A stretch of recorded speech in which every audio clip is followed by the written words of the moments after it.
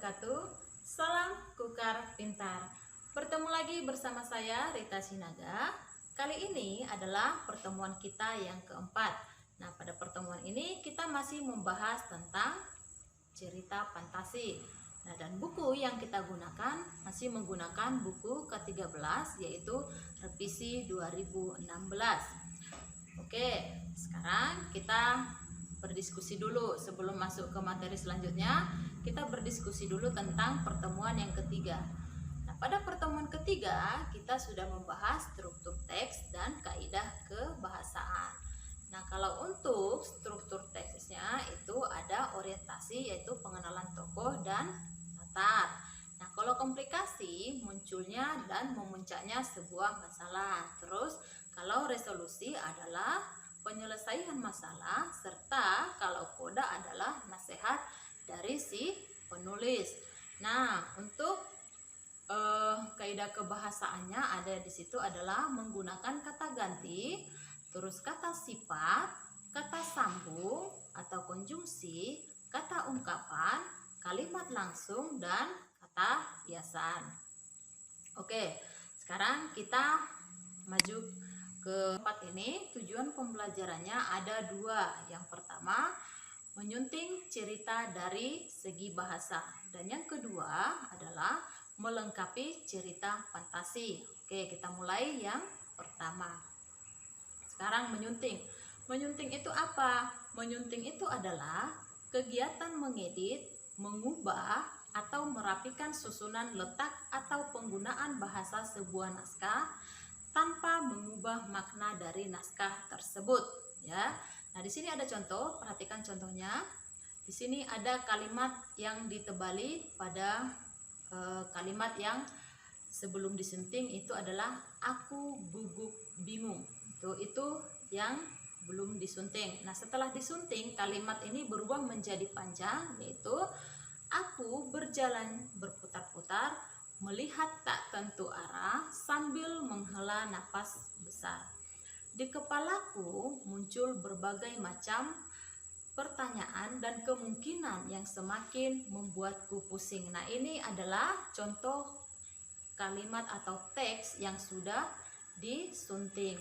Nah, dari kata cuma 3 kata menjadi 3 kalimat. Nah, ini contoh untuk menyunting. Nanti Anda akan berlatih sendiri bagaimana caranya menyunting. Oke, kita lanjut. Di sini perhatikan. Sekarang Anda berlatih untuk menyunting. Perhatikan di sini ada kalimat, saya bacakan. Belum, aku terdorong masuk kepada sebuah kerajaan masa lalu. Nah, di sini Anda berlatih, suntinglah kalimat ini dan deskripsikan bagian yang ditebalkan hingga menjadi sebuah kalimat atau naskah yang menarik, gitu ya. Perpanjang kalimat itu menjadi sebuah naskah yang menarik seperti contoh yang di depan yang tadi. Oke. Nah, sekarang kita masuk ke cerita rumpang. Nah, cerita rumpang itu apa? Cerita rumpang itu adalah cerita yang belum selesai atau cerita yang belum lengkap. Itu namanya cerita rumpang. Di sini perhatikan, di sini ada contoh cerita rumpang atau teks cerita rumpang. Kucing merupakan salah satu jenis hewan titik-titik yang ada di muka bumi. Nah, ini titik-titiknya ini berarti ini yang rumpang, ini yang harus diisi. Nah, kalau kita isi berarti bisa menjadi seperti ini.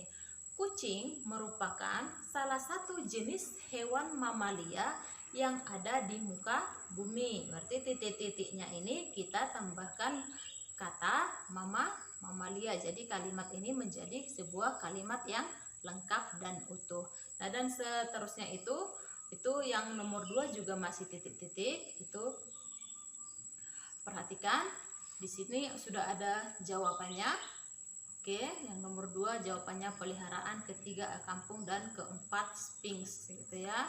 Nah, ini namanya contoh cerita rumpang. Nah, sekarang Anda berlatih untuk melanjutkan cerita fantasi ini dengan menggunakan kaidah bahasa yang kita sudah pelajari pada pertemuan ketiga. Lengkap lengkapi cerita fantasi ini belum lengkap, kamu lengkapi menggunakan kaidah atau menggunakan bahasamu, tapi sesuai dengan kaidah kebahasaan yang kita bahas. Ini orientasinya belum lengkap, sekarang kamu lengkapi. Oke. Dan kemudian ada komplikasi juga belum lengkap. Nah, di komplikasi itu muncul masalah dan memuncak. Kamu bisa menambahi apa permasalahannya gitu ya, kamu panjangkan lagi ceritanya. Terus yang terakhir ada resolusi. Nah, resolusinya ini masih kosong. Kamu bisa membuat penyelesaian masalah dari komplikasi ya. Oke. Sekarang perhatikan, setelah kamu selesai menulis cerita itu, telaah hasil tulisanmu dari segi struktur penggunaan bahasanya. Nah, apakah strukturnya sudah tepat? Apakah penggunaan bahasanya sudah tepat ya? Kalau sudah selesai, sudah tepat, kamu bisa memberikan hasil tulisanmu ke orang-orang tersayang untuk dibaca hasil tulisanmu, dan nanti itu bisa kamu publikasikan. Oke. Untuk kali ini saya kira sampai di sini saya akhiri. Assalamualaikum warahmatullahi wabarakatuh. Semangat belajar.